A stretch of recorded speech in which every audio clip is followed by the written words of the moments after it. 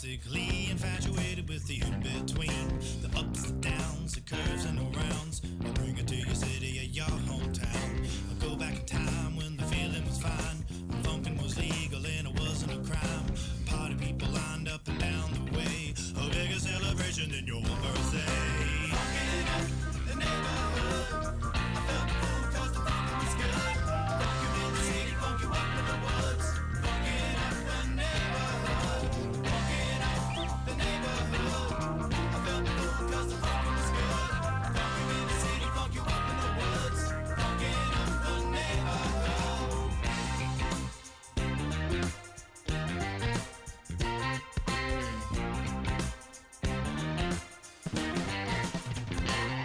And I have seen the world pristine, funk you up in the bushes, funk you down in the trees. Now look around, all the frowns, the yellow, the white, the red and the brown. And keep in mind, it never costs a dime, 'cause funkin' is free, I remember the time. Now look today, the streets are gray, time to take it back to yesterday. Funkin' in the neighborhood, I felt the fool 'cause the funkin' was good. Funk you in the city, funk you up in the woods. Funkin' up the neighborhood, funkin' up the neighborhood. I felt the fool 'cause the funkin' was good. It was good in the city, funk you up in the woods. Funkin' up the neighborhood.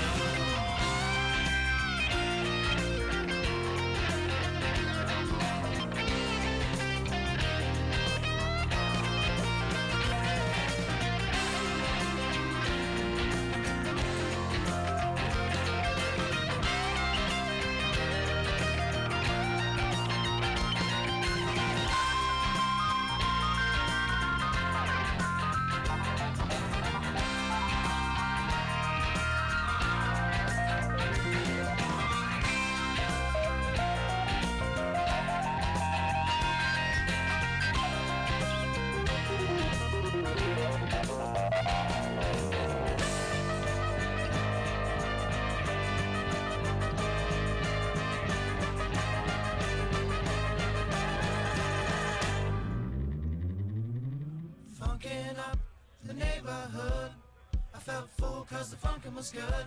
Funk you in the city, funk you up in the woods. Funkin' up the neighborhood, funkin' up the neighborhood. I felt the fool 'cause the funkin' was good. Funk you in the city, funk you up in the woods. Funkin' up the neighborhood, funkin' up the neighborhood. I felt the fool 'cause the funkin' was good. Funk you in the city, funk you up in the woods. Funkin' up the neighborhood, funkin' up the neighborhood. I felt the fool 'cause the funkin' was good. Funk you in the city, funk you up in the woods. Funkin' up the neighborhood.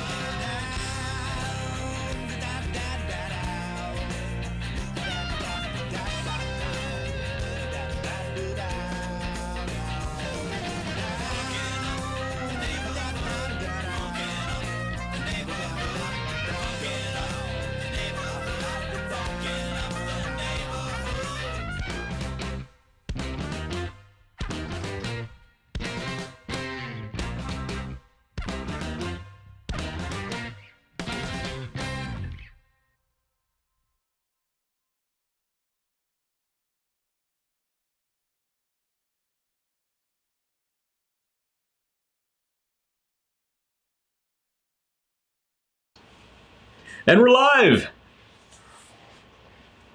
And we're back. Welcome to the Underdog Journey.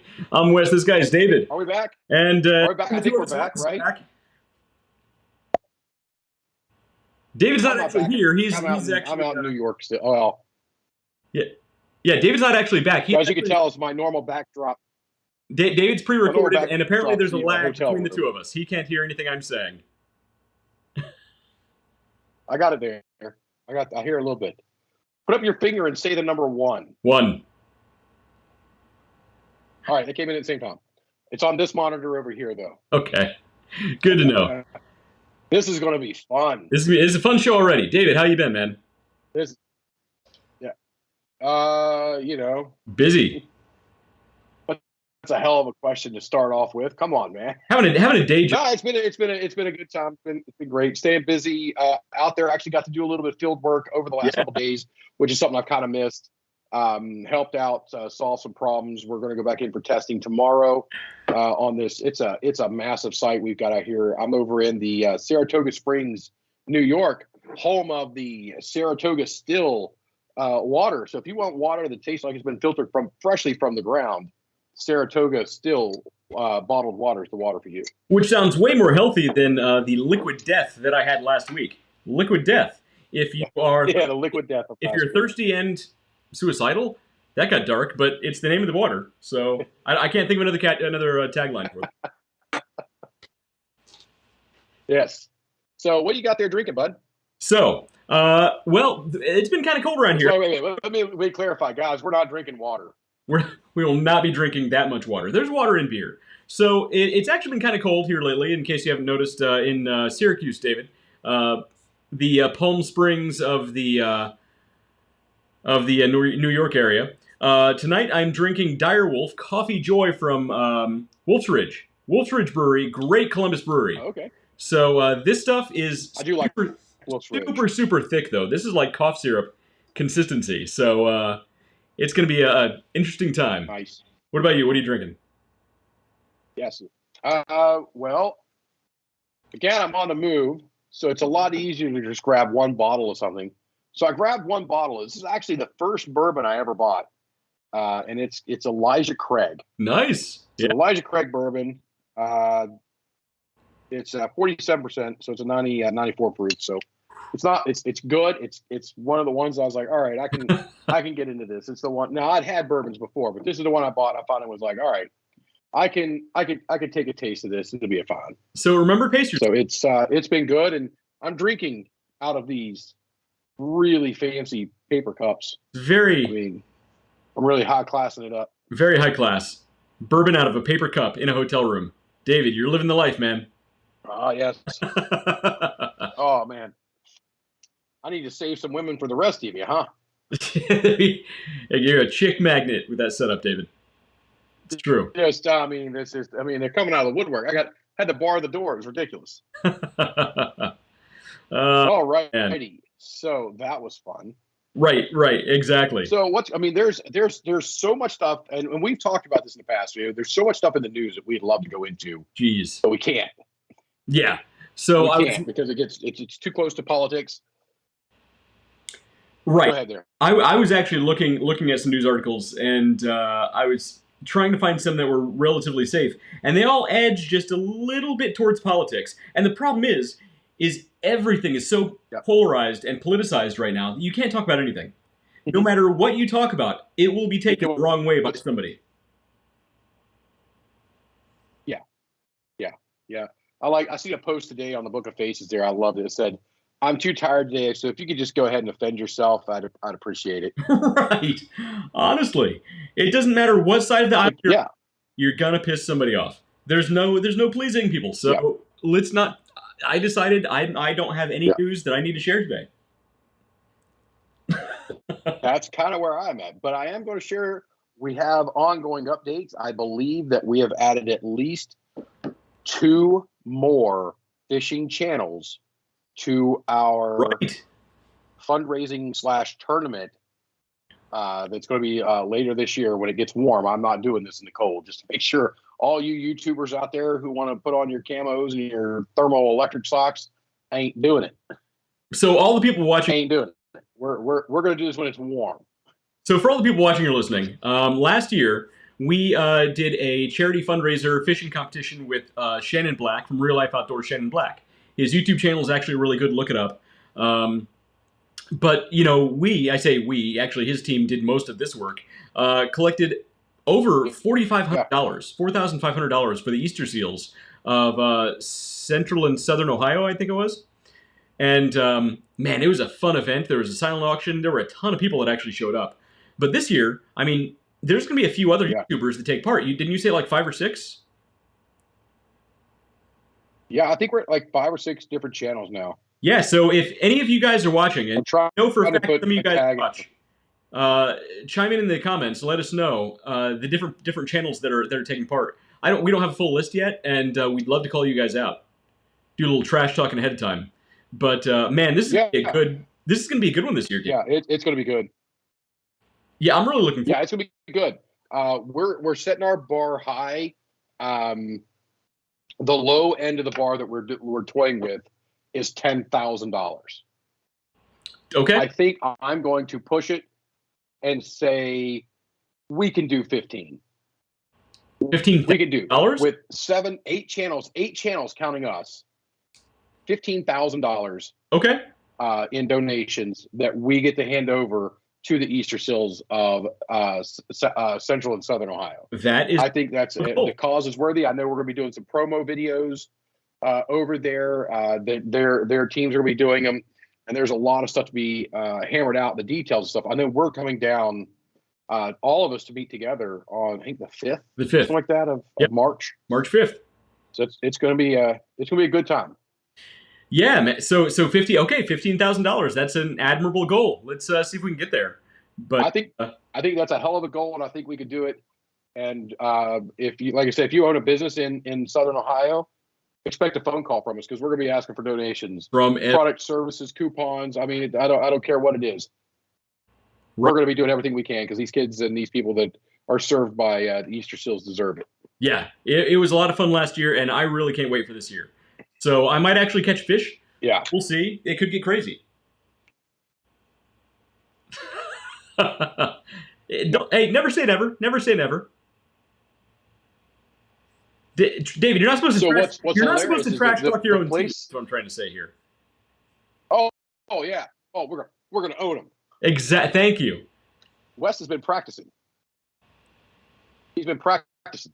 He got one of those little motorized things with the little fish in it. He's got that magnet pole.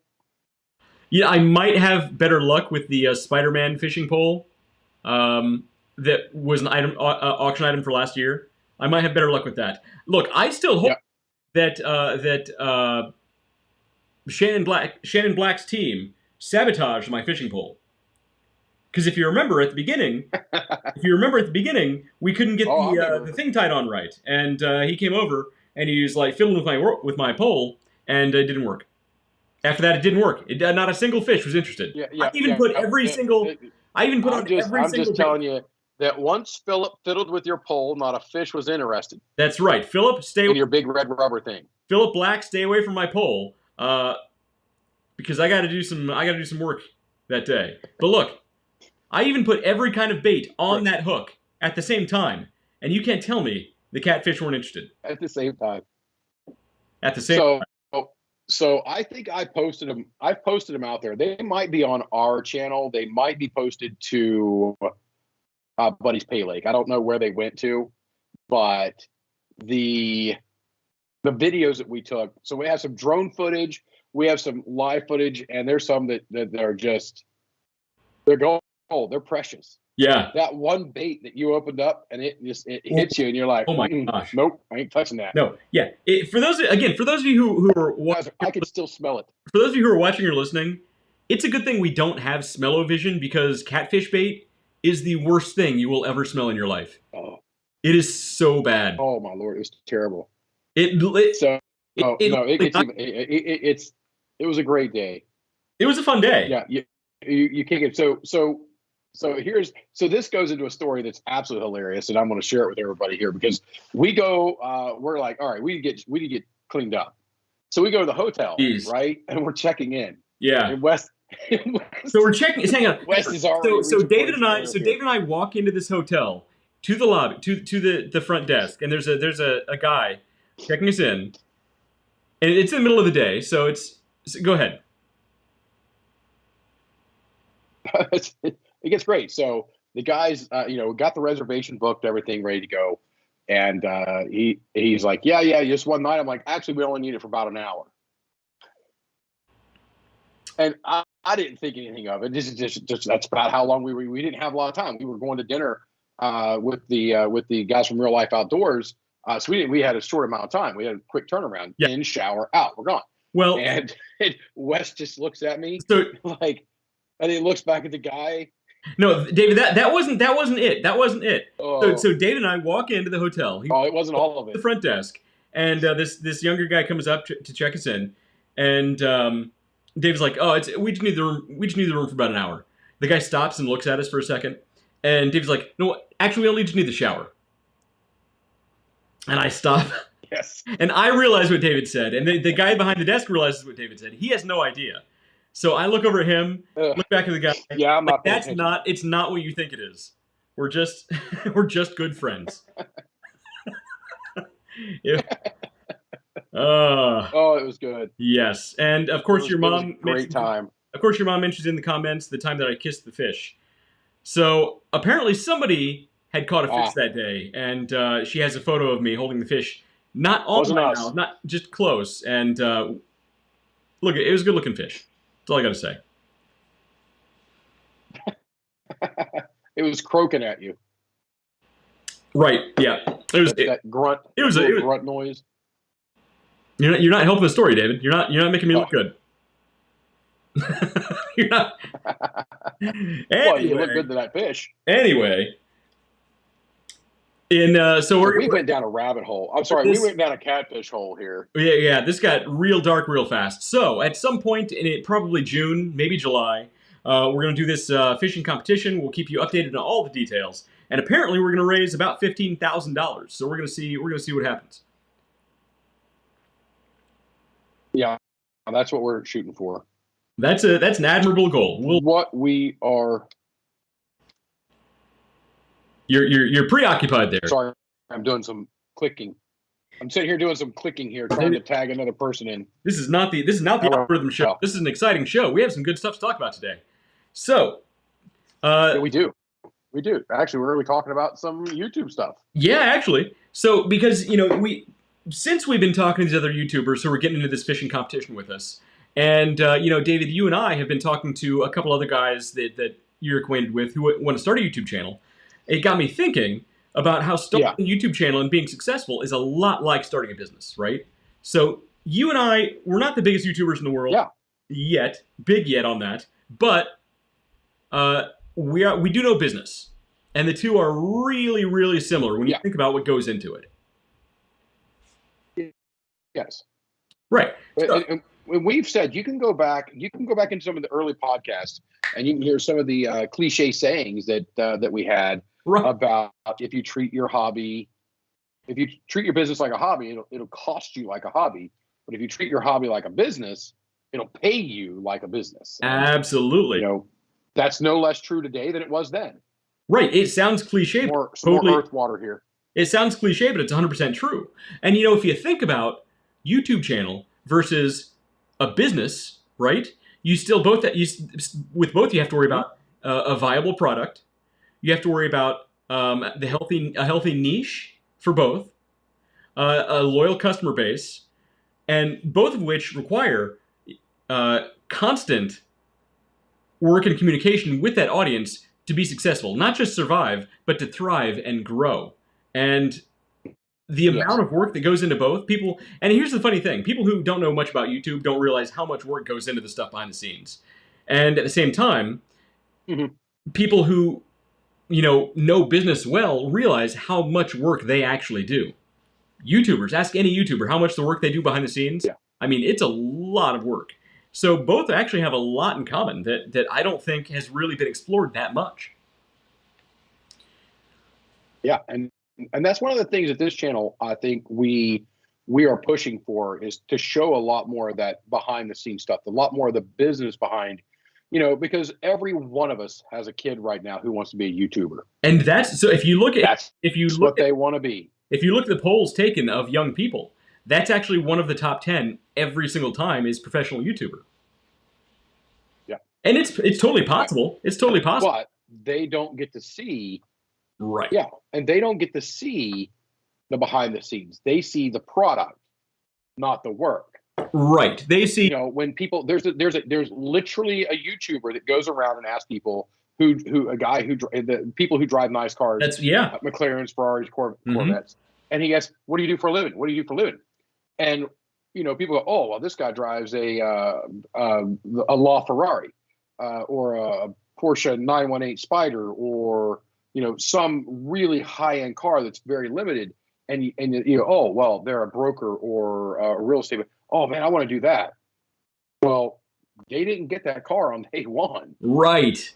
And you're seeing a result. You're seeing the paycheck, and not the 40-hour, 80-hour work week that went into that. Right. You're not seeing. Same thing with YouTube. Is you're seeing the paycheck. You're not seeing what went into all of the work that goes into it, and the investment that goes into it as well. Hours, the fights with the family, the baseball game that your kid's baseball game you missed. I mean, you're not seeing any of that stuff. You're seeing the nice car, or with YouTube, you're seeing the cool video. Yep. But the two actually have a lot in common. You're seeing the nice car and the blonde bombshell in the passenger seat. I mean, you gotta look past it and you realize, like you said, you know, it's all those things that you had to sacrifice to get to it. So it's true. If you want to do it, I mean, absolutely, people can be very successful in it. And what we're going to be going over with you guys tonight are some of those steps to get you into that success and to set you up for that success. Well, right, because there's a lot of things to consider. Because, you know, as you were saying, a lot of young people who look at a YouTube channel, or even the guys that you've been speaking to who want to start the YouTube channel, you know, they see the end results of these things. And I think there's a lot that people don't know that they don't know. And there's a lot of things to consider before you start the YouTube channel. Yeah. Just like a business, a lot of things to consider before you start. A lot of dominoes you got to set up in order to, you know, hit that go button, have everything tip over in just the right way to set you up for success. And of course, you know, you can. There's a lot of leeway to make a lot of mistakes along the way, but you're going to grow a lot faster, both in YouTube and in business, if you set yourself up for success in the first place. So that's kind of what we're talking about here a little bit. Yeah. So, and here's the thing. So I know there are quite a few YouTubers who are getting involved with us with this fishing competition. So if any of you guys are watching or listening, feel free to leave a comment and let us know your thoughts throughout. We'd love to hear your feedback on a lot of this stuff. So yeah, I'm trying to adjust here and get the camera so I'm not constantly staring down here and you guys can see my thinning hair. I know. We both need teleprompters right where our camera lenses are, so we can just keep looking at the camera. But yeah, I'm sitting here. I keep looking. I'm trying to work on a kind of a pseudo teleprompter here. But I really should have did this before the show. Okay. There you go. All right, we're just gonna leave it be. There you go. We're gonna leave it be. True professionals in every sense. That's what we are. We'll let it ride. But all the time.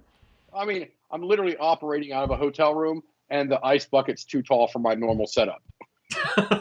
You travel a lot, Dave. That's a trick of the trade. Something that you guys don't know is when I travel, I usually have the ice bucket because they're about the perfect height to get the camera right up where it can set on my computer, and I can have a little bit better of a camera angle. The ice bucket that's here is not usable. It's too tall. You should complain. So, right? I'd have to be sitting here like this with the keyboard. You need to go to the lobby, complain that the ice buckets are too big. Ice buckets are too darn big. These dang ice buckets. So anyway, ice buckets are too tall. I want a short pad ice bucket like me. Oh, we have some pretty headband happening here. Check this out. Look at this. That is one gorgeous headband, Catherine. Look at somebody's hair there. Look at that. Isn't it pretty? I can take it off. Oh, you take it off. See, I gotta bring it up here so I get the light. This is. Wow. Hair. Are you gonna sleep in that? Pretend. Oh no, it comes off. Look, what do you got? My phone. Oh, he made a phone. He made a phone so you can call your friends from school. This is my phone with the numbers on it. There we go. That's your phone with the numbers on it. That's a great phone. And Catherine, I love your headband. And I'll show Thanks. my other phone. Oh, you drew another. He's going to show us his other phone. This kid's very important. He needs two phones at all times. Now this phone is cool. This actually looks like a video game controller. Mm-hmm. Oh, show it. Make sure you can see it right here. Hold It it up looks right there. like There you go. Wow, that's a cool phone, buddy. Oh, okay. All right. No spiders or bugs or No, Googie. No. Nice. cephalopods Yeah. today. Yeah, I'm liking this. We've got no creepy crawlers. We got no Oh yeah. anybody's. And You're like Louise. what's going on? Are you feeling all right? Are you feeling okay? Don't Oh, drop it he on. does have a hacky sack. Show me hacky. Locke, are you feeling okay? I don't see spiders on this. Are there spiders? Okay, and we got a ball. Hey, It's not. are you ready to start playing football next year? You gonna play football next year, Locke? I don't really want to. He doesn't really want to. He's my son. He's gonna do soccer in the fall. He'll do soccer. He's in kung fu right now. Or in the spring. Soccer in the spring. Yeah, he's doing. I know kung fu. Like 7 other Chinese words. I knew he was I don't know gonna say karate, that. but I know crazy. Oh, and what else do you have? Oh, he's got all kinds of stuff on here. This is. Oh wow! Oh, he's got. Oh, we got a menagerie going on. I love it. We have. Menagerie of Optimus Prime. technological. Okay, what we got here? He's got Optimus. Oh, we got Optimus Prime. Yes. All right, Louise, unlock it. What? Go. Oh, I know. Yeah. We mean Yeah, business. no up here. idea. We got. Back in my day, it took us 45 minutes to transfer them darn things. We got Optimus Prime. He's a pro. He's an old pro at this. What do you? Oh, he's got. He's gonna show you all of his toys apparently. Chase. He's got Chase, the police car. Chase, the police car, Okay. transforms into a police car, as they do. All right, guys, let's go. Okay. There's more Night, stuff. guys. There's more stuff. Well, they don't have. All right, kiddos. Okay, Remember, two more. Last one. Last one. candy and Show us- lollipops for breakfast tomorrow. Just tell them David said it was okay. Who's this? Okay, he's gonna show us Blades, the helicopter. All right. Okay. That's awesome sauce. Let's go. All Okay. Good night. Yeah, but there's still 2 more. Well, you better save them for next Yeah, week. save him for next time. Hey, don't forget. Don't forget. I know. I need. Mommy and Daddy are taking you guys to Chuck E. Cheese tomorrow night. No. Well. Okay. Hurry. Okay. Two more. He's got. What's this guy's name? Bulldog. Two more. Boulder the bulldozer. Uh-huh. Okay. Okay. Who's the other one? Last one. Hurry. Run. So close. We're so close. This is, for people listening on the podcast, this is very exciting. And we have Heat wave. Heat Wave. This is the best. This is the best part of our show, and everybody knows it. Heat Wave. Okay. Okay. I remember there was one called Shockwave. He was a Decepticon, but he was pretty cool though. This is, yeah. Nope, this is Heat Wave. He's a fire truck. Have you seen? Has he seen the 1989 movie, No, he hasn't seen those yet. the cartoon, the 1989 cartoon movie? All right, I'm gonna give you guys my access to my Voodoo account, Good night. and you gotta let him watch it because it's my favorite of all the movies for Transformers. Well, you know It's what? cartoons, not one of the live action ones with Well, people running and stuff blowing up in the background for no reason. what I think I'm going to put on for him, though, is the 91 G.I. Joe movie. Because the G.I. Joe Okay. movie, they talked about the origins of Cobra and Cobra La, which was like this mystical land full of these creatures and bugs and stuff that he would eat up. He would love that stuff. So that's what we're going to do. For all of you who Yeah, actually he probably saw would. this G.I. Joe movie, you know exactly what I'm talking about. If you're a 6-year-old boy, you'd love it. Yes, if you're a 6-year-old boy enthralled with demon spiders, it's right up your alley. Right up your alley. Exactly. All right. So- Where were we? Bit of a deviation from the main topic, but starting a YouTube channel. So, a lot of people... That's all right. Everybody knows that's the best part of our show. It is. They're okay. They're kind of cute. They do okay. But, so back to YouTube. So, a lot of people think when they're starting a channel, or they're interested in starting a channel, the main discouragement is the one thing that comes into everybody's head. It's too late. People always think, and people always say to others, all the big players in all the viable niches are already in place. You had to be established years ago in order to be anywhere right now. This is kind of a first come, first serve sort of a platform. And that's really what hinders a lot of people And it's from... not true. Well, here's the thing. I hate to tell people they're wrong, but you're 100% wrong if that's what you think. David, what do you and I always say? When was the best time to plant a tree? 30 years ago. When's the second best time? Right now. Exactly. Because here's the thing. Yeah. Stop watching this podcast, go plant a tree. Actually, no, finish this podcast, then go plant a tree. So, yeah. So look, just like starting a business, having a successful YouTube channel takes time. Does it like you mentioned earlier? Does anybody think Amazon just popped out of the ground and was successful and ruled the world overnight? Yeah. No, it took time. It took lots of time. Yeah, and we've talked about this. Mm-hmm. We've talked about this, and Amazon went into the market and grew from books, but there were already book places out there. There were already stores that had programs and other things out there. Just because somebody was already in that market, they didn't stay out of it. At first, so just because there is, and we talked about this earlier. We talked about this earlier about cars. Talk about we're car people in my house, and we watch a lot of car YouTubers. And I got to tell you, and I think I might have went over this last week. I don't remember if I did, but I've got YouTube TV, right? It's like $75 a freaking month to have HD YouTube TV. I've got Hulu, Vudu, HBO Max, Paramount Plus, Disney Plus, I think a couple more. I've got every streaming service freaking known to man. Right.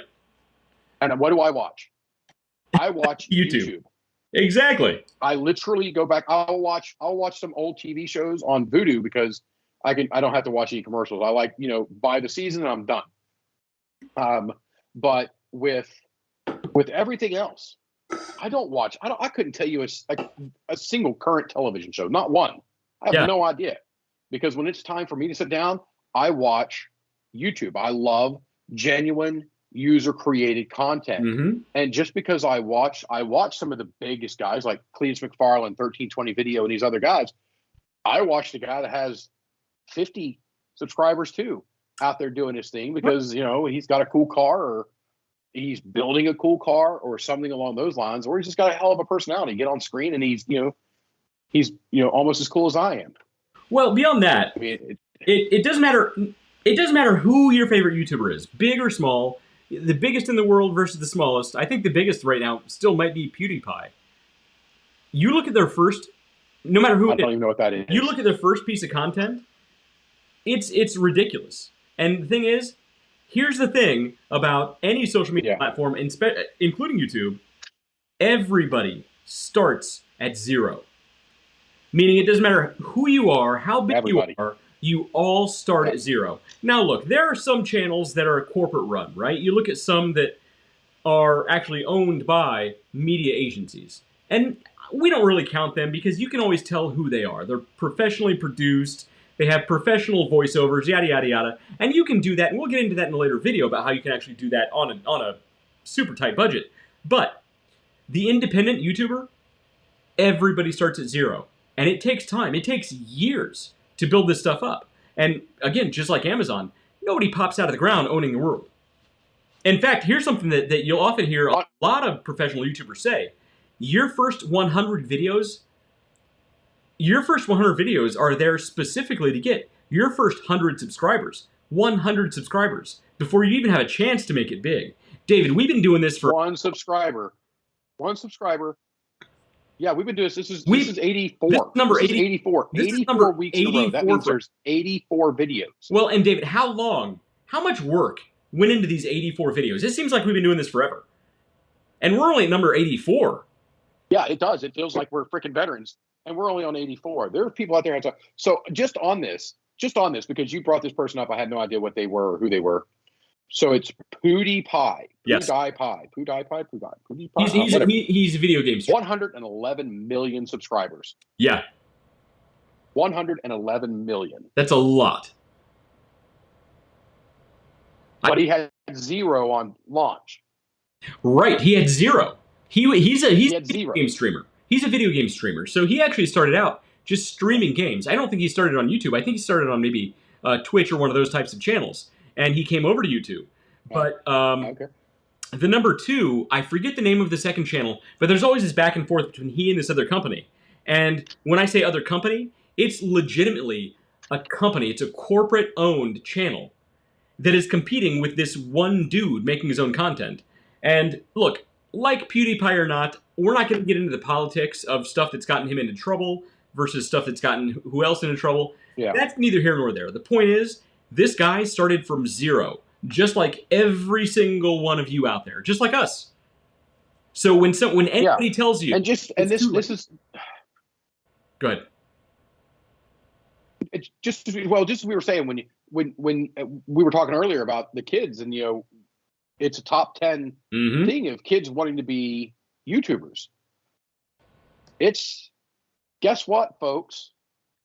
30 years ago, 40 years ago, everybody wanted to work for Xerox. Yeah. That was the company. That was the job you were going after. Mm-hmm. And only going to take so many. You can only do so much. Well, YouTube has a lot more to offer than Xerox ever did. Right. Now, look, you have a lot more opportunity, a lot more. And I'm just saying it's not as crazy as what some of us old fuddle duds. It's not as crazy as what some of us old fuddle duds may think it is. Right. Well, and I'm not saying it's a viable career option for everybody. It's absolutely not. Just like, look, you're in sales and you run an entire region of the country, and that is not for everybody. I'm in marketing. That's not for everybody. No. YouTube is not for everybody. Absolutely. And we're not saying that it is. No, it's not. I had a quick update here. PewDiePie, or however you pronounce it. PewDiePie or PewDiePie? PewDiePie. PewDiePie. Okay. PewDiePie. Sure. He is number 4. Oh, he's number 4. I thought he was number 1. Oh, who's there is Set India. SET India has 126 million. That is the one who's Coco Melon, which is nursery rhymes. Yeah. 129 million. Okay. And then this one channel here called T Series, I have no idea what it is. T Series, 207 million. Yeah, so T Series 207 million. Yeah, so T Series and the Indian Run tap company. into that. So T Series and the other Indian Run company are corporate owned, and they've been back and forth so much for the last couple of years with PewDiePie. So, but again, even the nursery rhyme, I forget what, Coco Melon, that's a company. The other top 3 are companies or corporations. PewDiePie is one dude who started out with a webcam in a crappy apartment in Europe somewhere. So, I mean, when anybody tries to enter it in the back of your mind that it's too late, that you can't make it, all the big players are already established, you're wrong. 100% wrong. Again, just look at these guys, look at Amazon. Absolutely. It's 100% possible. So, so one of the first things you need to consider... Look at Grubhub. So, look at, I would say, even Uber. But here's the thing. I mean, all of those startup companies, a lot of the companies started up in between 2018 and now, started from almost absolutely nothing. They took advantage of a bad situation. But look, there's no reason why you can't, in your spare time, make a 10-minute video once a week and put it out there. And over the course of a year, you can make it big. You can. And we will get into that, and hopefully we get some of these YouTubers we're working with coming on talking soon. Hey, Shannon Black is online. He says, "Sup, guys?" Hey, Shannon Black, from Real Life Outdoors, Shannon Black, the famous YouTuber. Shannon, tell us, who are these other guys who are going to be doing this fishing competition with us? And let us know their channels. We want to go and shout these guys out. But Shannon, we're actually talking about building a YouTube channel and building a really good niche to take full advantage of your potential customer base. So let us know in the comments, Shannon. We'd appreciate that. Yeah, definitely tag them up so that we can start sharing their channels out, start broadening their reach, and basically, these guys are good guys. We're not doing this for any other reason. I mean, great. I mean, granted, we love to interact with each other. All of us YouTubers are from the same ilk, right? No, that's not right at all. I don't. To be honest, Wes and I would be far more comfortable setting up a table on top of a little platform and podcasting the fishing tournament than actually fishing in it. But we're going to do it. We're going to do it. Feel comfortable saying he's anywhere near the same situation that I am. I don't think he would consider me up to his level at all. So Shannon, when I beat you at this fishing competition, just wait.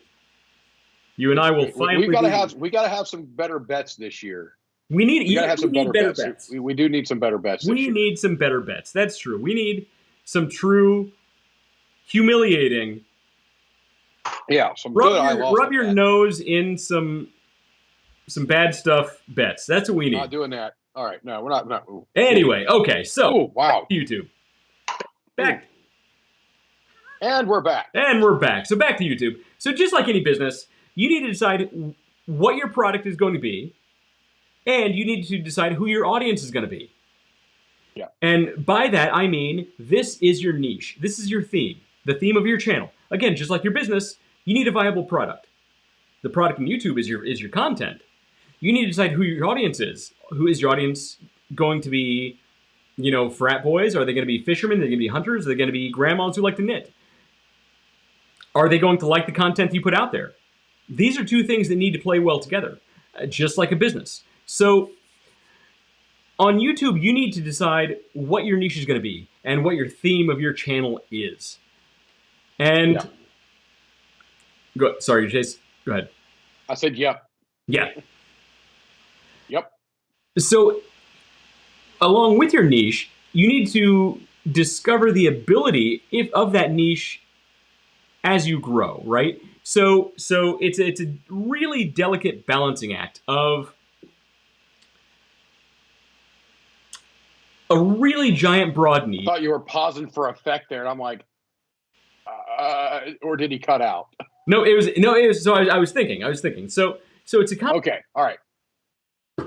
You can look at really giant, super overly popular niches, like video games or digital marketing, which are the two biggest on almost all platforms, right?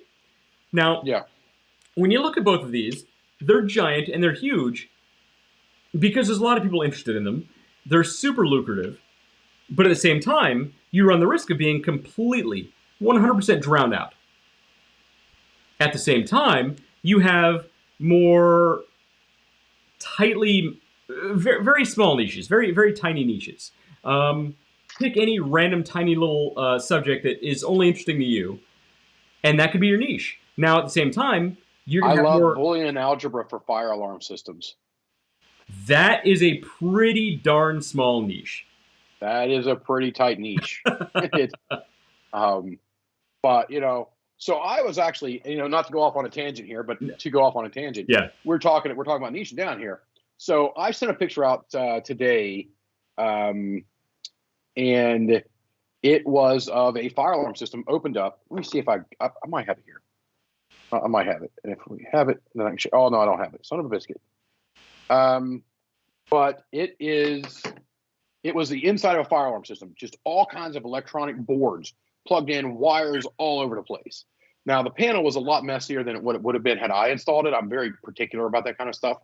Okay. But, it looks confusing and intimidating. But for people like me, I'm at home in that. Every single wire, they're all in a red jacket, and they've got a red wire and a black wire. And I know what every single one of them does. Because that's my niche. That's where I live. That's where I'm in. That's where I've worked. And you know it. You love it. You get it. You just have a better feel for how these things operate. And the same thing with me with the Boolean algebra in the background that allows these things to function. When you get into your niche, the age-old saying, you like what you know. Right. That it holds true. It's very true. And the more you know about it, the more you like it, the better you will get to know it, and the better you can present it. So having a niche that you feel comfortable with, don't go after something because, there's an opening in the market in talking about whittling underwater. Or what is it everybody always says? Underwater basket weaving. Because there's an opening in the underwater basket weaving niche. No, do it about what you like. Do it about what you have, and it's your wall, your zen, and Right. you will present it. You will present it 10 times better, or 1,000 times better than underwater basket weaving. Shoot, can't be that exciting. Although now I want to try it. Well, so, and you're totally right. So first of all, your niche needs to be something that you not only know about, but you care about. Now, it could be a subject that you know nothing about, but you really care about and you want to learn. And that could be your journey about learning about this product. And as you learn, you educate your viewers. So, as I said, you have your super broad niches like, let's say, video games, right? Video game reviews. Everybody's doing it. There are some massive, massive channels making some massive, massive money doing it. However, you run the risk of being completely drowned out versus choosing a much more narrow niche. Let's say, hypothetically, model shipbuilding, right? Let's say model shipbuilding is your passion, and you want to make videos about that, and you think you can make a viable channel on that. Well, what you need to consider is there are probably, a few thousand people versus several million people who are interested in your very narrow niche. And that's fine. Because I gotta tell you, it looks pretty cool. I went over to YouTube. It was like model shipbuilding. Well, and you were talking about some pretty cool stuff going on here. Well, so David, as you and I always talk about, I always mention 1,000 true Ant fans, farm. 1,000 true fans. You always mention is it super fans? It's raving fans. Raving fans. So there's a book called Raving Fans. There's another book called 1,000 True Fans. Exact same concept by two different people, two different. Yeah. The point is, two different people, like 20-some years difference. Right. And the point in the actual books. And the point of both of these is, I would rather, and you should rather have 1,000 fans, 1,000 people who love you and are willing to buy whatever product you recommend, versus, 10 million people who are subscribed but don't care what you have to say. Right? Which is more valuable? The giant 10 million fan base who don't actually even watch your content, or 1,000 people who buy everything that you put out? Yeah. So if you've got 100 million subscribers, that's great. But if only 1,000 of those 100 million people are watching your videos, you have 1,000. Right. So when you're picking a niche, it's actually better to choose something in between. You don't want ultra small. At the same time, you don't want something so broad that you're going to get drowned out. You want a niche to where you're going to be able to find the right ratio. So you've already set your goals, hopefully, but you're going to find the right ratio of loyal subscribers, people who actually care what you have to say, and people who are going to interact with your channel. Because interactions are actually one of the main metrics that YouTube judges when they recommend your channel out to other people. That's what you need to consider as well. So it's not just subscribers, people who actually interact. And Shannon, I know you're watching here. He actually left a comment saying, West, if we get to a lake that where we're shooting, these fish will drag you across the lake like a water skier. And you know what? I would love to get that on video, Shannon, but I'm telling you, I'm going to wipe the lake with you this year. I'm actually going to catch one fish. That's my goal. I'm going to catch one fish. Even if it's a sunfish, I'll catch a fish. Yeah, we didn't even catch a sunfish last year. That's how bad. But David, we did. Yeah. So Shannon, I did catch a sunburn. We both got some pretty massive sunburns. But Shannon does say you definitely got to pick something you love, or you burn out fast, and that's totally true. Yeah. Because as much work goes into these channels, and Shannon can tell you, a lot of work goes into these videos, editing, producing, even getting back to comments and subscribers. You need to interact with your viewers as well. Just like in a real business, you need to interact with your customers, or you're going to lose them quick.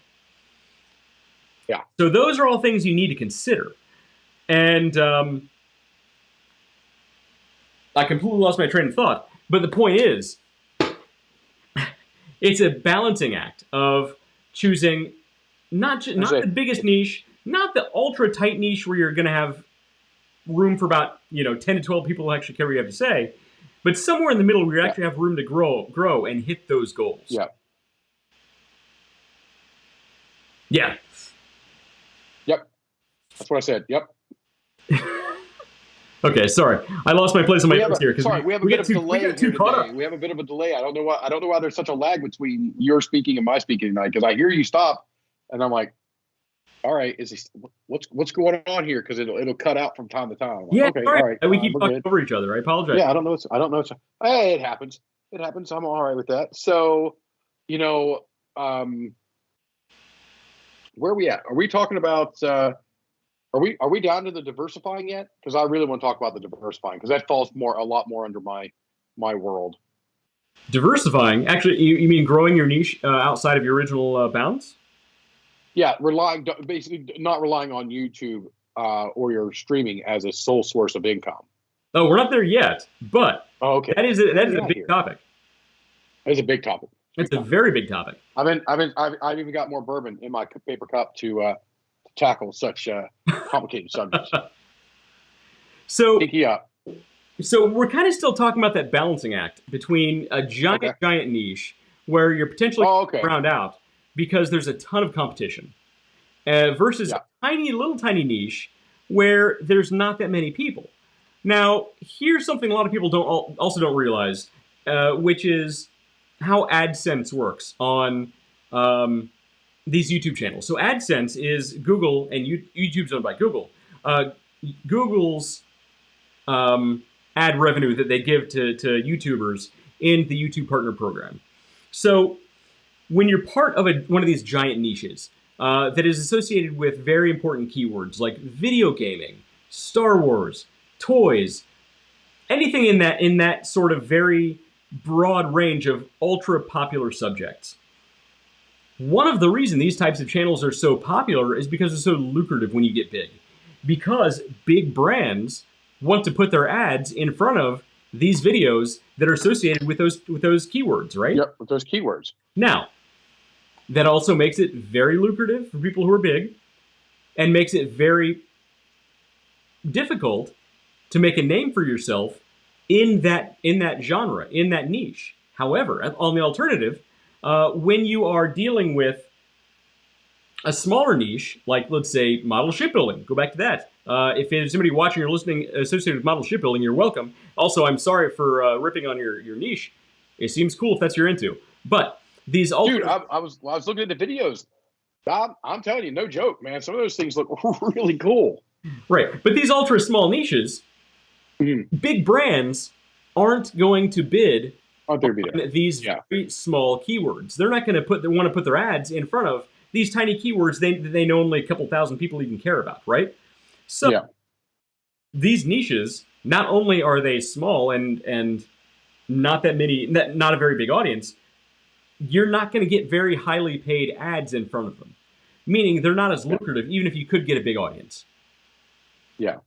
Now somebody who has, and we're just gonna throw numbers out there. These are not accurate. Somebody who had 1 million subscribers may actually bring in better revenue if they are opening toys than someone who is doing the model shipbuilding, having, I don't think there's 50 million out there, but 50 million viewers. Because there's, at that point, if it had 50 million, it'd be a different way. It just totally. And just to boil it down to the scales of the market cap in a certain vertical is going to greatly impact the revenue that's applied to that vertical. Right. Who's that little kid? He's probably closer to 9 10 now. But there's this little kid. Oh, I think he's older than that. You know what I'm talking about. Ryan something. He's like one of the biggest YouTubers. This kid's a multi-millionaire from YouTube money. And it's mainly because his parents from a very early age started him doing unboxing of toy videos and eventually came out with his own toy lines. Ryan's World. Yeah, it's nuts how much money this kid has. He has his own toy lines. You can find him at Walmart. You can find him at Target. He's got 31.8 million subscribers. Man, his parents knew what they were doing. His parents knew exactly what they were doing from day one. They did a good job at it. Oh, they sure did. They sure did. Now, here's something else you need to consider. So, when looking at these niches, you need to think about the fact that you're also not going to be, especially at first, you're not going to be the #1 content producer in that niche, no matter how narrow it is. No. Hang on, here's what we're gonna do. I'm gonna show you. We're gonna go to YouTube real quick. Let's do this. I'm gonna show you in real time what this looks like. And Shannon Black All just right. says, if you start YouTube just for money, just forget it. It's not going to happen for a very long time. Same thing if you're looking for fame. Absolutely true, Shannon. 100%. I could not agree Speak for more. yourself, son. That's why I had to bar the door. So look, here's what we're going to do. I'm on YouTube now, and we are going to look for model shipbuilding. I actually did a search for this earlier. Model shipbuilding. Here's some videos that pop up. Let's do a quick filter on here by channels. So we're going to hit filters. We're going to say channels. And typically, with the keywords associated, we're going to find the top ones. So, model shipbuilder, 750 subscribers. Ooh, here's one, 1,400 subscribers. Yep. Let's see, 458, 4,000. Ooh, here's a big one. Here's a really big one, 27,000, 4.8 thousand, 21,000. Look, the biggest we're seeing is in the 20-something thousand. I mean, these are not, this is a tiny, tiny niche. And you have to appreciate the fact these people have been doing it for a while. Yeah. And these audiences are very small, very small. 27. Well, back up. We had a guy there with 1 subscriber. Yeah, exactly. So You should subscribe to him and give him 2. let's That say doubles his metric. let's say your niche is model shipbuilding. You have to realize you're going to be smaller than these top creators right now. You're going to be smaller at your height than these top creators right now. Unless you can come out with some amazing content that blows them out of the water. Very rarely happens, but it does happen. Yeah, so if you were to, and in fact, I recommend you blowing them out of the water. You build the ship that should always up, be your goal. and then you float it, and then you actually blow it up. And you know what? That's going to get you some views. And you know what? That should be your goal. I agree. It should be your goal to completely destroy, if you consider them competition. But at the same time, you have to be realistic and say, I likely at first won't be the top content creator in my niche. Yeah. So the tighter your niche is, the significantly much smaller your audience is going to be. However, you also stand to benefit potentially from smaller viewer base being more loyal and being more likely to buy whatever product you have to push. Which is why it's important also to, as you mentioned earlier, David, find alternative streams of income. And you had some comments. Diversify, absolutely. There is, I can't say it better than this right now. In our current climate, there is one guy who is putting on a clinic on diversification of revenue and income streams. And can you smell what he's cooking? It's the Rock. If you guys don't know Dwayne "The Rock" Johnson and what he's doing business-wise, you guys are only getting a fraction of the story. What this guy is doing is literally putting on a clinic of how to diversify revenue streams. Look, I don't know. As a pro wrestler, just at that football, and look where he is at the now. foosball game there on Sunday that has a registered trademark name that I don't think we're allowed to say, but he was just there on Sunday. I can't fathom what he got paid to do that. Oh my! But he probably costs more than Bruce Buffer at Bruce Buffer's prime. Okay. Now you can go online and get Bruce Buffer to call one of your buddies, and use his tagline on a video call. Sure. I mean, look, so the guy you're talking about, Dwayne the Rock Johnson. He started out from most people's perspective, at least. I'm sure he did something before this, but he was a football player, as a pro wrestler. Was he a football player? He was a college and pro football player as well. Nobody knows him for that. He's a pro wrestler. But look at him now. Before going into the WWEBAF, whatever freaking letters they're using. It used to be WWF. Now that's the World Wildlife Fund.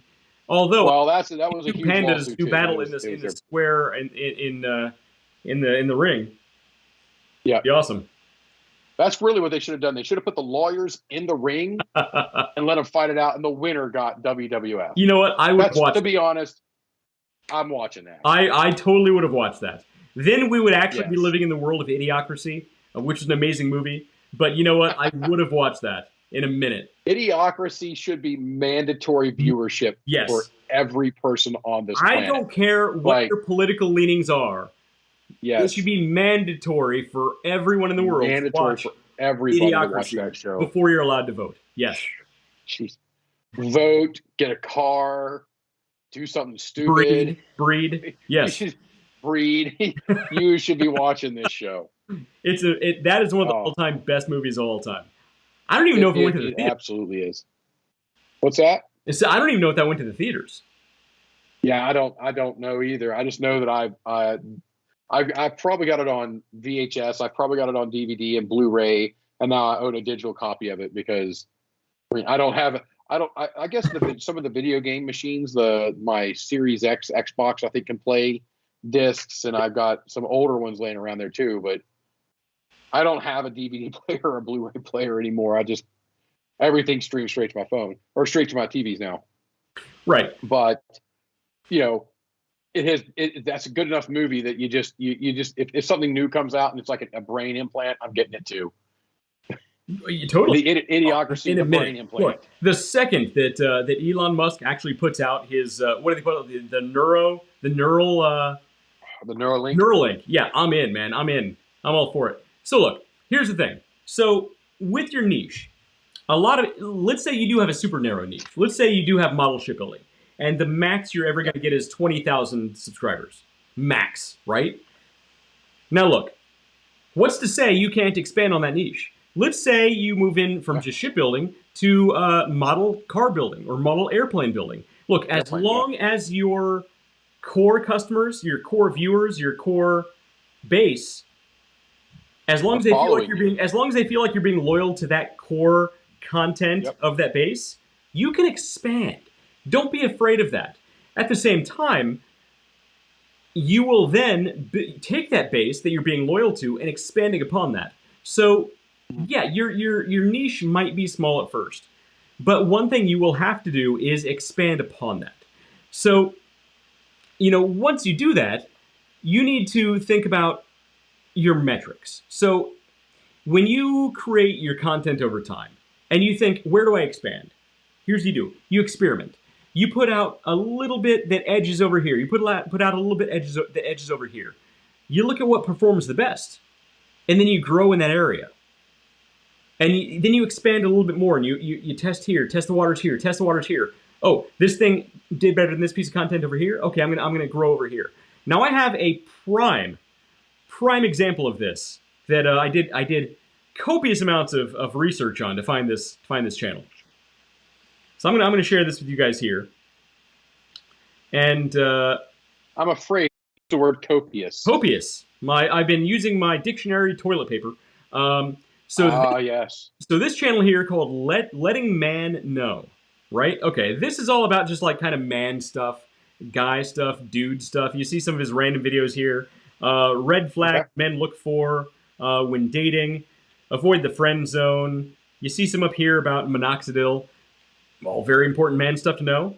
So let's go to his videos over time. So when you're on somebody's YouTube channel and you hit videos, what that's going to do in most cases, unless you hit sort by default, it's going to want to put their most recent videos first and their oldest videos last. So let's look at his newest videos. Okay. His newest videos, this top line here, 2.7 thousand views, 2.9, 3.6. Disappeared. We're seeing the back. We're seeing your home screen again. Oh, we see the island of lost of misfit toys. Okay, hang on. There we go. Okay, so we see still the island of misfit. Oh wait, no, there it is. There's a lag. You got the lag. Okay, so this guy's channel. So his top videos, his most recent videos are all in the thousands. Okay, let's go back not very long, just a couple. He's got couple 1,800 lines subscribers. Right. So he has not a huge subscriber base, 1.79 thousand. However, his most recent videos actually exceed that in views, which is pretty great. Yeah, which means I've seen one that had 4.4 thousand. Which means he has pretty good organic reach beyond his core subscribers. Yeah. Now, you look back not very far, and you'll see things in the hundreds. And you look back a little bit further than that, you'll see videos that barely break 100 views. And that's views. That's not even comments. That's just people who viewed the thing. I mean, We have more than that on some of our very early content. Look here, Yeah. 75 views, 40 views, 55 views. Very, very small numbers. So, here's what I want you to look for. Find somebody who's your favorite YouTuber, right? Find somebody who is who you want to be, who you aspire to be. Go back in their videos to their very earliest content, okay? Look at their first video, see how it rated. As far as number of views, okay? Watch Now, it. Watch it. Well, and not just watch it, but here's what you need to do. Watch it and actually go up and just briefly scan as you go through the number of views his videos get. Let's see, 100, 40, 44. Okay, and actually here's what you need to look for. Where the breakout content is. That one video that just sort of clicks and gets way more views than all the previous videos combined. Okay, so we have hundreds, we got 50, 50, 100, 300, 200, 100, 200, still really small videos. However, hang on, we have one random one here. So it goes from 80 views all the way up to 4.6 thousand views. Now, I'm not going to comment on this particular video because it says I tried NoFap for 28 days. That is a different subject altogether. I'm not sure what that means, but I don't think it's a good thing or a bad thing. You know what? That's all right. That's how old I am. So to everybody, David, this is your homework tonight. Go home and Google NoFap, and you'll get the answer to that. Everybody watching, Google. Wait, do I need to put Safe Search on, or what is it called? NoFap. Do I need to do this in a different? What's it called? What is it when you? No, well, I don't. Are you on a work computer? No, I'm on my MacBook. Oh, that's fine. Yeah, just Google NoFap, and that's what you'll find out this video is about. However, but here's the funny thing: like the content, don't like the content. You see the trend. You'll see these trends of very, very small views all the way up to immediately 4.6 thousand. Wikipedia here. Oh, okay. All right. Right.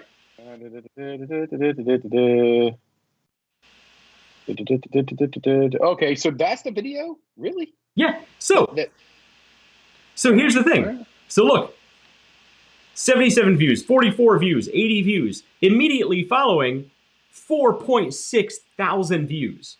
That's a lot. Yeah. That's a breakout video. Now that tells him his other content wasn't striking home. This piece of content, whether you like it or whether you like the subject or not, guess what? It hit a note with something. This one wasn't stroking home. But it hit the algorithm, and the algorithm liked. So bad. And the algorithm liked the interaction that the content was producing. It didn't have anything to do with the subject. It liked the interaction the content was producing, because his very next video after this got 6,000 views, which was what happens when I stop minoxidil for my beard. Okay, look, there's a lot of dudes who are interested in minoxidil for beards. So he goes from 44 views up to 4.6 thousand, up to 6,000 views. And then guess what? His next video went back to his normal type of content, which was wake up early and not feel like crap, which got 204 views. His video after that, is social media making you feel down? 46 views. He went from 6,000 views to 46 views. This is a trend that he should have looked for. And had he been looking for it, guess what? He would know exactly what he needs to do to get those numbers back up. Because guess what? 6,000 views, it's not PewDiePie money, but this is real money. He can make some real AdSense money. 46 views? No, you're wasting your time. So, let's follow this trend. Let's see if he learns from his mistake. 46 views, 96 views, 106 views, 300 views, 100 views. Oh, guess what? His next video that did well, 6.1 thousand views. So his previous video, 151 views. The next one that kicked off, 6.1 thousand. Minoxidil foam versus liquid for beard growth. Guess what? He just discovered a trend for success. He may not particularly like the fact that his other content's not doing well, but guess what? The numbers don't lie. The views don't lie. The algorithm that is specifically designed to lead people towards the content that will keep them online the longest does not lie. He just found this trend. Now let's see if he can keep it up. Okay, he goes from 6.1 thousand views down a little bit to 1.7 thousand views with a 10-minute body transformation. But guess what? His very next video. But guess what? His very next video, 9.2 thousand views. And it is microneedling for beard growth. Guess what? This guy just found a trend. Man, he is just fascinated with his beard growth. But guess what? Guess what? Here's why. He discovered the trend. The first one to kick off that did well was the NoFap. That might have been a whatever. The next one after that did well was 6,000 views, minoxidil for It beard. was a lucky stroke of genius. Stroke of genius indeed. The next one that did well was minoxidil for beards. The next one after a couple of weeks that did well, minoxidil for beards. The next one that did well after that, microneedling for beards. Stop being a nice guy. Go back to that one. I got, what, 25 views? Is that what it says there, or 250 views? Where? Oh, stop being One says stop being a nice guy. 252 views. 252 views on how to stop being a nice guy. Now, here's the funny thing. You can see this guy does not want to stick with this niche. He doesn't, because after that he goes back down to his normal content. Get a more manly voice. 354 views. Here's another one. Basics of negotiation. 76 views. He goes from 9.2 thousand views down to 76 views. Embarrassing. Now, granted, I want to know more about his thoughts on the negotiations than him. Well, you do. Not fondling himself for a month or whatever it is he's doing. Well, David, you do. You do. But obviously, clearly. But his market doesn't. Exactly. And here's the funny thing. So what does he need to work on, West? Well, so here's the thing. He's either not looking at his metrics, or he's fighting. I like this one here. It says how to be more charming. It's got 205 views, so nobody cared about it to a huge level. I love the picture because this show, I like this show. It's called Suits. Well, here's the thing. He's either fighting the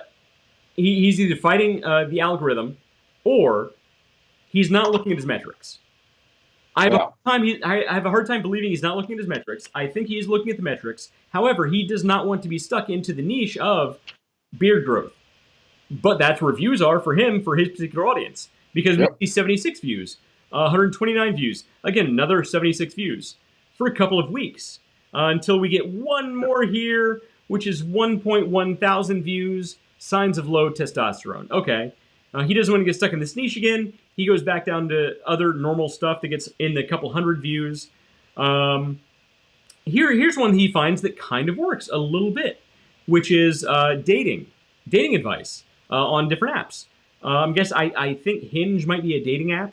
He says Hinge prompt that will get you more likes, 4.4 thousand views. Is Hinge a dating app? Hinge.com. I'm guessing. Okay, well, I type in Hinge, it comes up Hinge dating app. So there you go. Yes, you are right. So 4.4 thousand. Let's see here. When a girl says maybe on a date, first of all, it sounds a little date rapey to me, but aside from that, it got 2.5 thousand. Yeah. The next one. It sounds a little. You better just drop her off, give her a kiss, and leave, dude. But here's the thing: his most recent 3 videos, I think he learned what's going to perform the best, because his most recent 3 videos are all based around, guess what? Minoxidil. So 8 months ago, your minoxidil beard questions answered, 3.6 thousand views. After that, how to apply minoxidil for beard growth, 2.9 thousand. After that, how to taper. So basically, everybody's looking at you and your current state of beardness and going, we know how you found this guy, West. Hey, what are you trying to say? What I'm trying to say is you got to keep on keeping on, man. You trying to say I'm Joe Dirt? Actually, you've said it many times. I'm just recapitulating. It's true. Look, I have way too much red in the neck area to actually grow a full, luscious beard like some other people. However, in the neck area, says the guy who's talking to the West Virginian. Well, look, I wouldn't say that because he's 3 times my size. But I'm 100 miles away, hundreds of miles away. You're safe. That's fine. There we go. But the point is, that was an example of discovering. So obviously at first he had an idea of what he wanted to do. But guess what? Over time, the metrics and the algorithm and the numbers told him what his niche should be. And the funny thing is, YouTube doesn't care what your content is. If it's political, left, right, center, it doesn't care. If it's fishing or it's gonna follow its algorithm. if it's fishing or growing beards or video games or toy box openings, it doesn't care.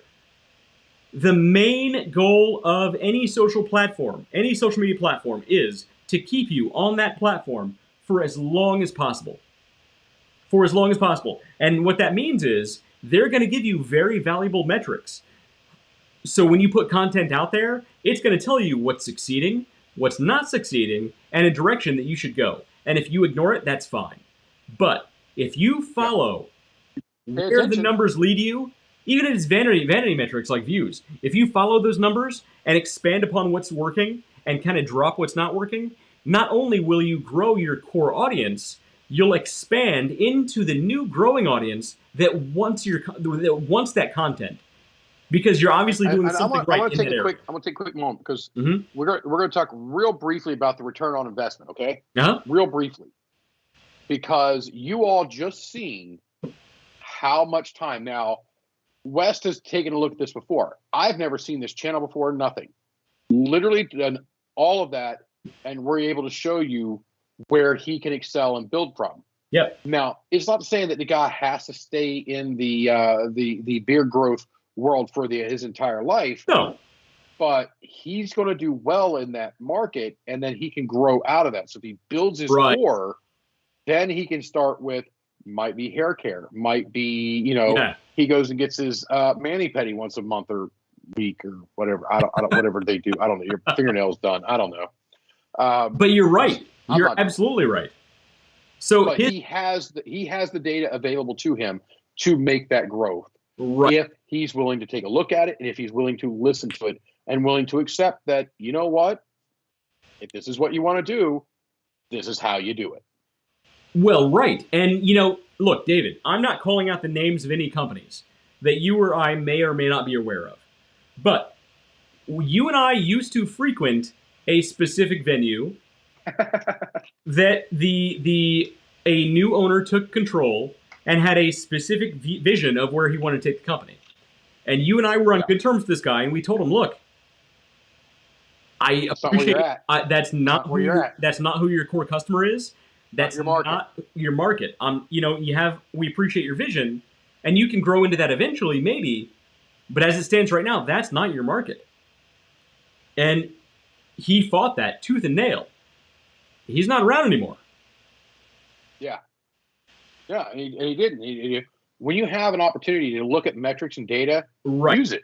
Work to your strengths, even if you don't necessarily agree with it. And here's the thing. You can stay true to exactly what you want to do. You can keep that very narrow vision of exactly what you want to do. But when it doesn't succeed, I mean, that's on you, because all the data is in front of you. You can grow and you can succeed in your niche. You also have to be willing to expand into the areas where you're seeing the potential for growth. If you're putting out videos on negotiation tactics that doesn't go anywhere, and that's what you really want to do, but you're seeing a ton of growth and desire for content about beard growth. I got the sweet beard going myself. But you really want to do this over here. By all means, do this over here. But just know that's a very specific choice that you need to make. You're going to have a harder road. Eventually, you're going to tap that market. Eventually, you're going to get into that algorithm. Eventually, you're going to get there. Right. You're walking it uphill. You're taking your grandparents' path to school uphill both ways in the snow. Right. You're not making it easier on yourself. So my point is, with all of this stuff, the big part of whether you're starting a YouTube channel or starting a business, you need to do your homework on not just your potential competitors, the top creators in that niche, you need to do a ton of research into your own customer base, your own viewer base. And David, you and I have talked about this a lot. Building your avatar model, because that's going to make a big difference on your voice, who you speak to, how you speak to them. Look, I'm going to speak to my grandmother a lot differently from how I speak to you or Shannon Black. It's just a matter of fact. And part of that comes into knowing who I'm speaking to. And this guy that we just talked about, he had an idea of who he wanted to speak to. Yeah. And for a long time, it looks like he fought the algorithm and decided, I don't want to speak to those people. I want to speak to these people over here. Yeah. But eventually he Guess learned. what? Those people weren't coming. Those people weren't showing up.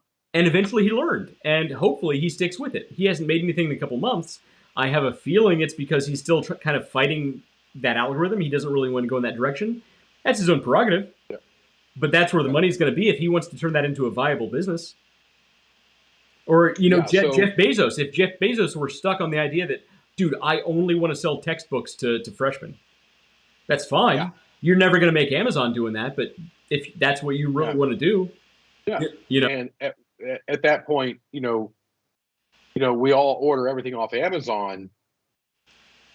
We forget the world's largest retailer before Amazon.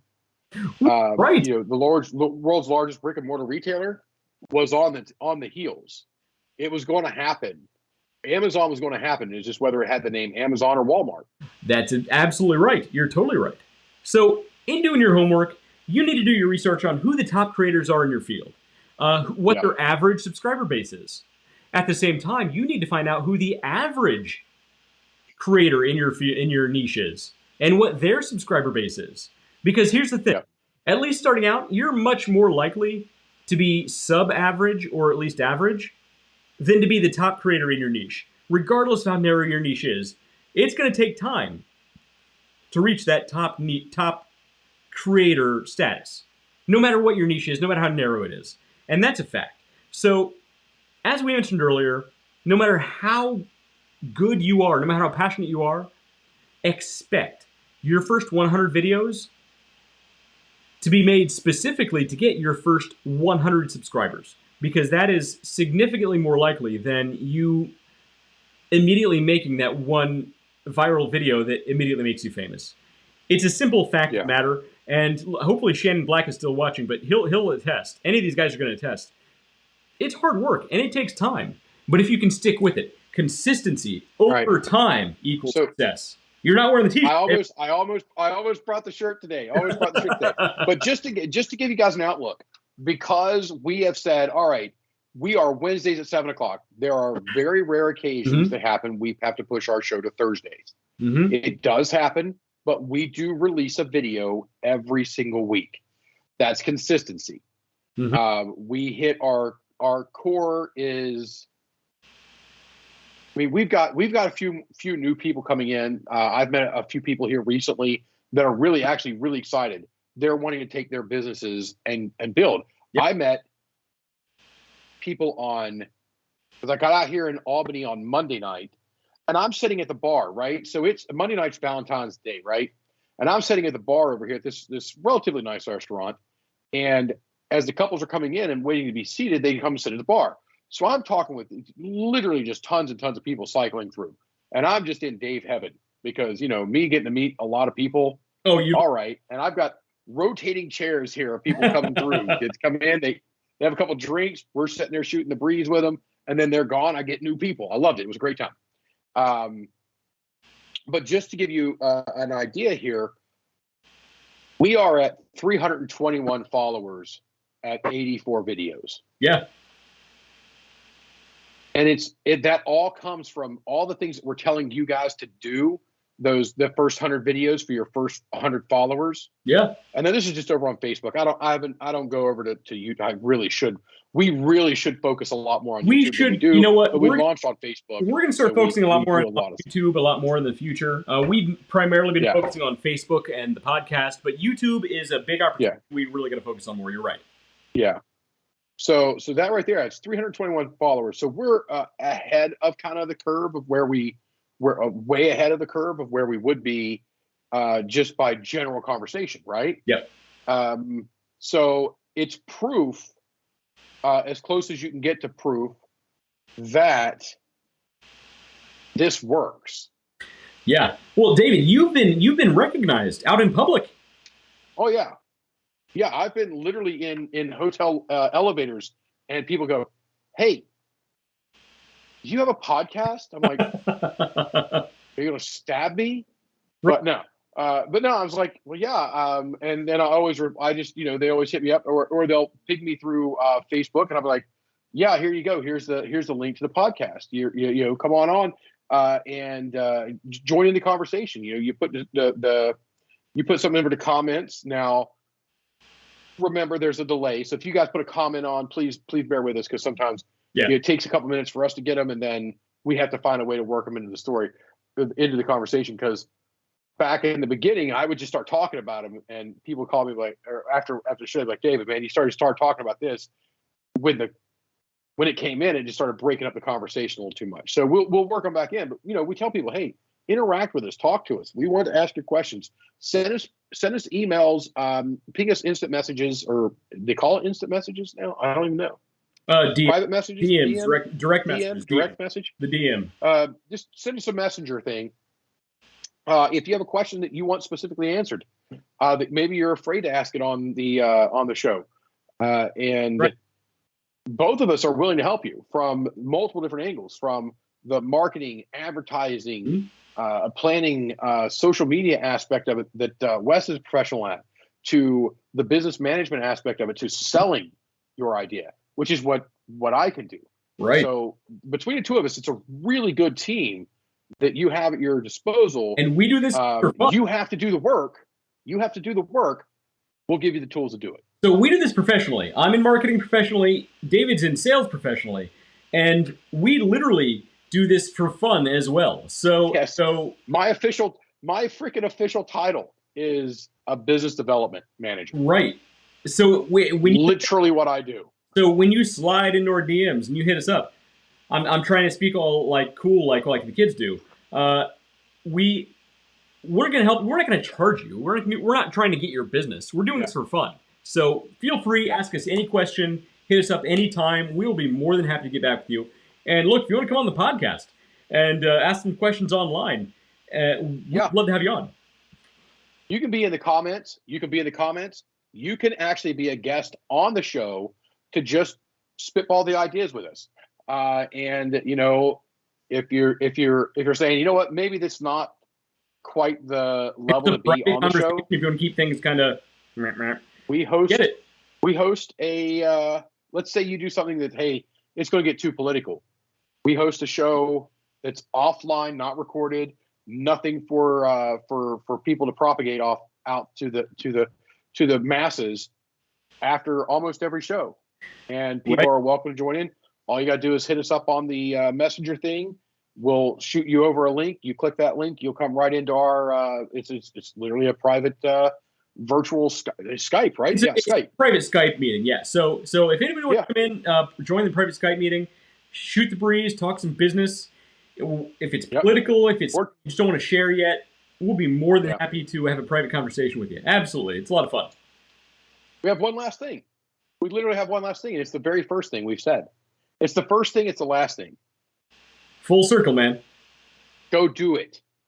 Exactly. Stop waiting. Go do it. Exactly. So here's the thing. We say this all the time. Start before you're ready. You've done your homework. You know what you want to talk about. Now you just need to go do it. But here's what you need to remember. On top of doing it, don't be afraid to pivot. Don't be afraid to expand that thing. Cast a wider net to get a slightly larger audience. Don't be afraid of that. Now, you can stay as narrow as you want if you want to. But when the numbers tell you to move over here, don't be afraid of it. Go where the numbers are. Yeah. And at the end of the day, be patient and be consistent with your content. Just like in business, it takes time and it takes consistency. Consistency over time equals success. That's why we made a t-shirt on our Teespring page. Which you guys need to go get right now. Go to our website. Go to our Teespring account, website, wherever it is, and here we go. Get on there. Get you the shirt. Consistency over time equals success. We've got it out there. We've got it there for you guys to buy.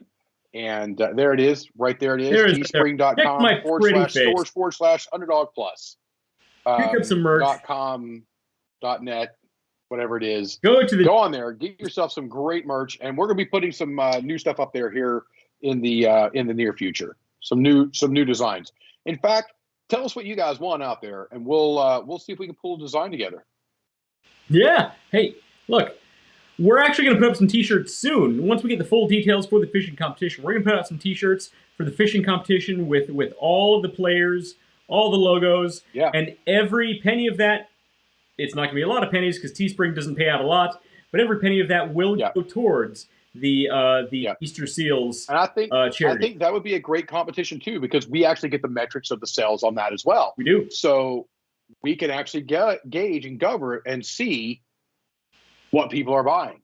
So we could say, hey, these people have the biggest following, these people have the biggest following, and so on and so forth. Yeah. And it doesn't matter whether you buy it from us, doesn't matter whether you buy it from one of the other people, because if you buy it from us, all the revenues that come to us, because again, Teespring doesn't pay out a lot, but all that revenue is going to go to the Easter Seals. We're putting on that again. We're setting the bar high at $15,000 this year for the Easter Seals of Central and Southern Ohio. It's going to go help I think it's primarily the autistic community in Southern Ohio, and it's going to stay local to there. So we're really happy to be back involved with them again this year. So it's going to be great. Thank them for allowing us to do this, because it's a great time. Yeah, so it's a great time. If you can make it to the event when we get all the details, absolutely do so, because it is a phenomenal time. So I think this coming week, Shannon Black is going to have somebody from the Easter Seals on his channel, on his YouTube channel. We're going to find out who that is. We're going to bring him on ours. We'll do a full interview. We'll bring him on, get some details about what it's all about, where you can donate, more details about the event itself, and it's going to be a great time. Look, last year we had each team, so there was us versus Real Life Outdoors with Shannon Black. Each one of us had a, we'll call it a helper from the Easter Seals, assisting us, and it was great getting to know these young kids they work with. It was amazing working with the organization. Except our helper spent the whole time flirting with a girl. Well, look, he's a ladies' man, and you can't stop a ladies' man. Maybe he needs his own YouTube channel to talk about picking up the ladies at the Pay Lake. Picking up the ladies. Pay ladies. Fishing for the ladies. PayLakeLadies.com. That's a whole different kind of channel.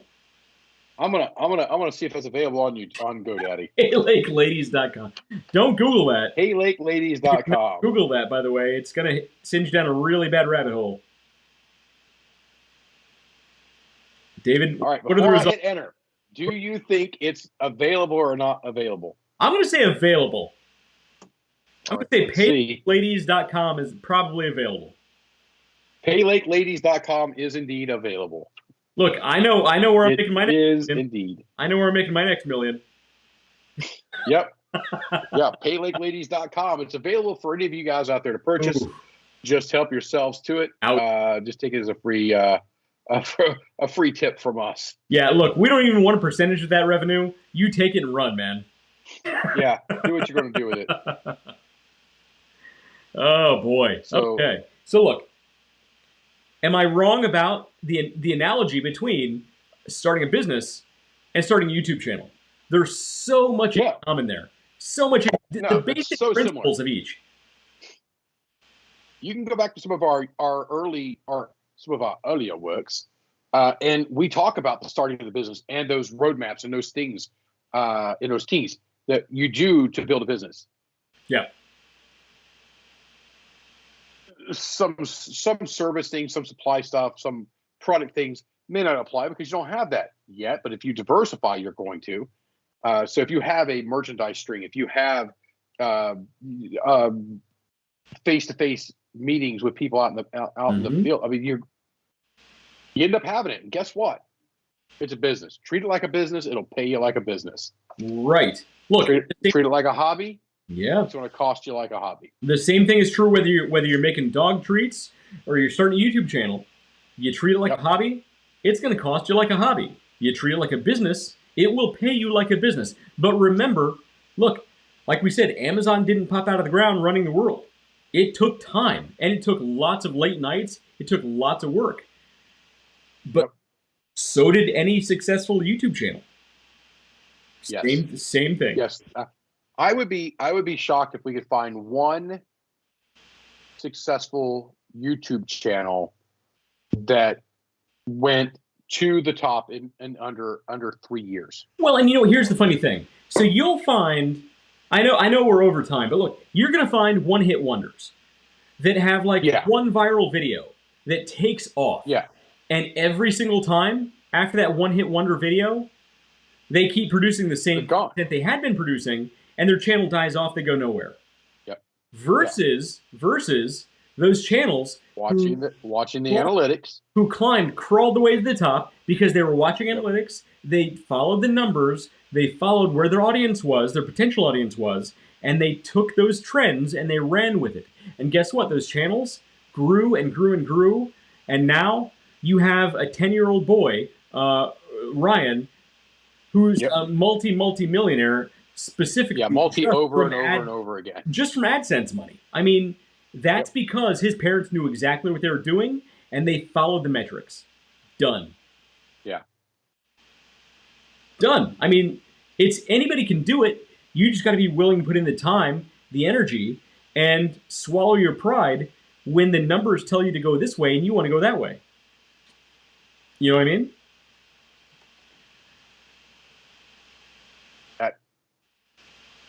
Nothing else we can say, bud. Exactly. I mean, literally, if you guys have watched us, some of you guys have been with us from the beginning. I know Laura Black has watched us, and hi, Mom. She popped in here earlier, and we've literally been saying this stuff from the beginning about your business development, and every step of it through any kind of business channel that you're thinking, if it's a YouTuber or other. Still, the application is there. The application of these tactics are the same. And, I'm not trying to, toot our own horn or blow our own whistle or whatever the analogy is. I don't know if kids have a new one these days. But the fact that, that first 100 equals your first 100 followers. Our first 84 has yielded us 340 or whatever it was I said earlier. I'm off that screen now and I don't care to go back. That's because we followed. Now, I'll tell you straight up, both of us could do more. Both of us could do more, but both of us manage a full-time career. Yeah. And both of us manage a household and kids and all these things. Now, that's not, those are reasons. It's not an excuse, because guess what? If we wanted to make this our job. Yeah. Oh, dude. We have to make this the priority. We could both do it. And if we were to do that, by right now, we'd be in thousands. Well, look, we could both do a lot more. But here's something I can't wait. I might even write a book on this one day. You and I both know people with almost who are starting businesses with almost identical products. Yes. Almost identical products. One of the people has a long time history and background in this product. And because of what his father built, he personally has a small fortune, and he has the background that should make it the most viable thing. Versus another person with, again, almost an identical product. He's in an applicable field, but he doesn't have nearly the same background. But guess what? He is willing to put in the legwork and the grunt work and the social media work to make it happen. Between the two, the one that's successful is not the guy with the millions of dollars and the background and the family name. It's the guy who's willing to put in the legwork and the long hours and the hard work. It's the hard work, the hard work, man. And the funny thing is, there's no such thing as a simple business. There's no such thing as an easy million. Right. Because here's the thing. We're personally friends with both of these guys. Yeah. So I don't want to call out either one of them at this point. No. But I can't wait until the day when I can actually say, dude, you exploded and did incredibly well. Yeah. You could have done well, but you didn't want to put in the legwork. Yeah. And they might get there. They might do well. They might they- one day explode. The difference is the speed at which you get there. Well, You know, sure. go this way, and you kind of push, you humdrum, can I do it cheaper? Can I do this? Can I, all these things can, that lead you down this one path, and eventually that path can turn back in, and you can get where you need to go. Or you can get over here, and you're like, all right, dude, this is rough.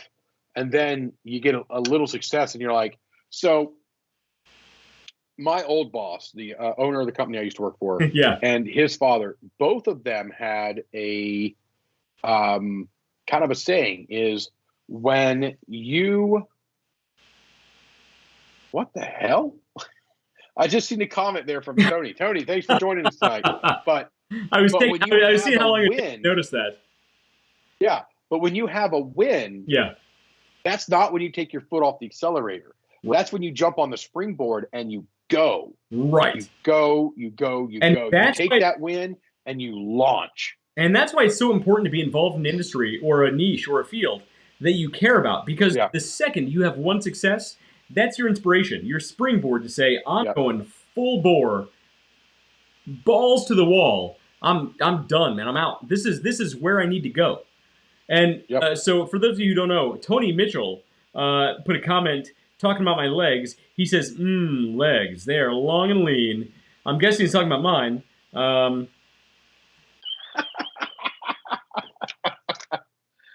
Oh wow! And I don't. Anyway, his I think next we've comment, actually and I know we've ran out of internet. we just broke the internet. I don't know where Tony Mitchell's going, but Tony, you're a good man. I like it. Yep.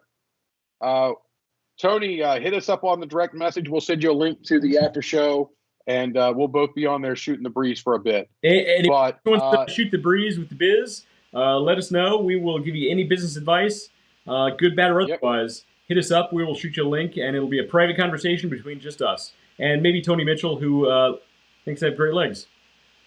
yeah, I mean, I've seen West legs. Remember the shower? All we needed was a shower. That poor guy at the hotel. That poor guy. West is over there. I mean, his face turned as red as his hair. He's like, that's what it sounds like.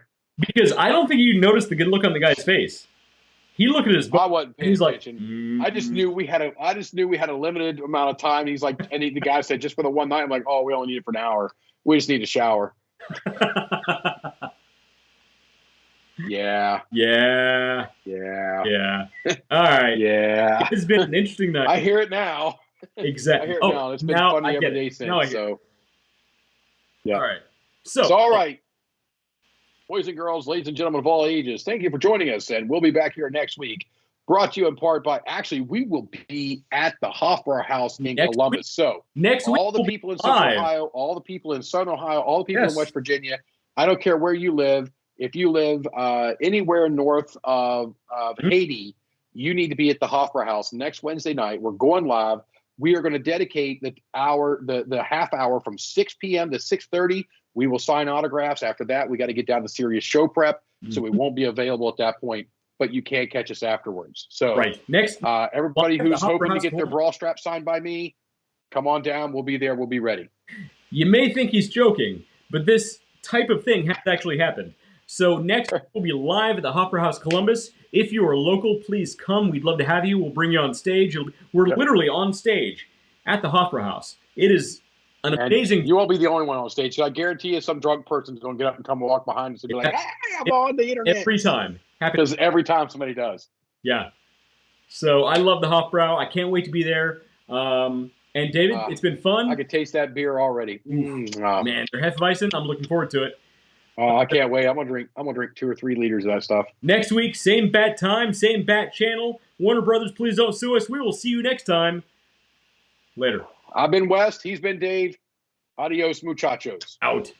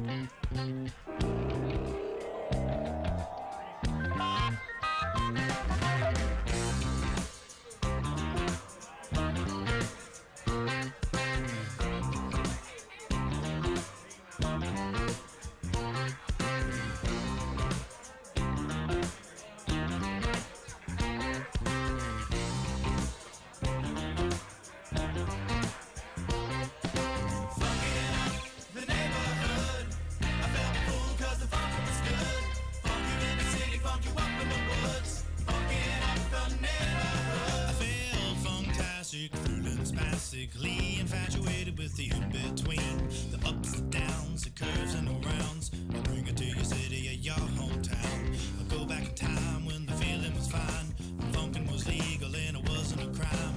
Party people lined up and down the way. A bigger celebration than your birthday. Funkin' up the neighborhood. I felt the food 'cause the funkin' was good.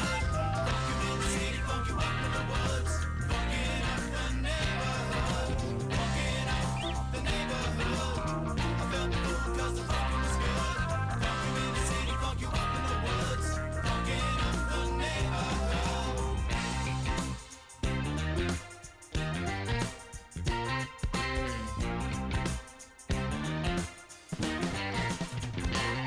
And I have seen the world pristine, funk you up in the bushes, funk you down in the trees. Now look around, all the frowns, the yellow, the white, the red, and the brown. And keep in mind, it never costs a dime, 'cause funkin' is free, I remember the time. Now look today, the streets are gray. Time to take it back to yesterday. Funkin' in the neighborhood. I felt the food 'cause the funkin' was good. Funk you in the city, funk you up in the woods. Funkin' up the neighborhood. Funkin' up the neighborhood. I felt the food 'cause the funkin' was good. It was good in the city, funk you up in the woods. Funkin' up the neighborhood.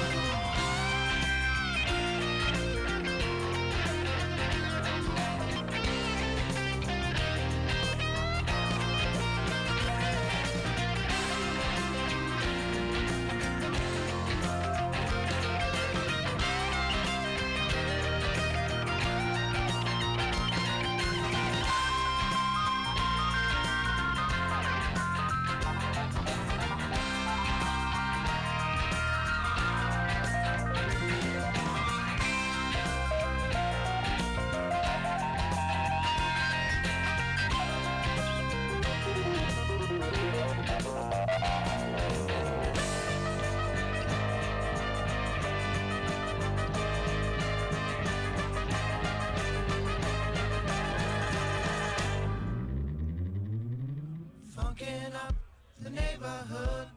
I felt full 'cause the funkin' was good. Funk you in the city, funk you up in the woods. Funkin' up the neighborhood. Funkin' up the neighborhood. I felt full 'cause the funkin' was good. Funk you in the city, funk you up in the woods. Funkin' up the neighborhood.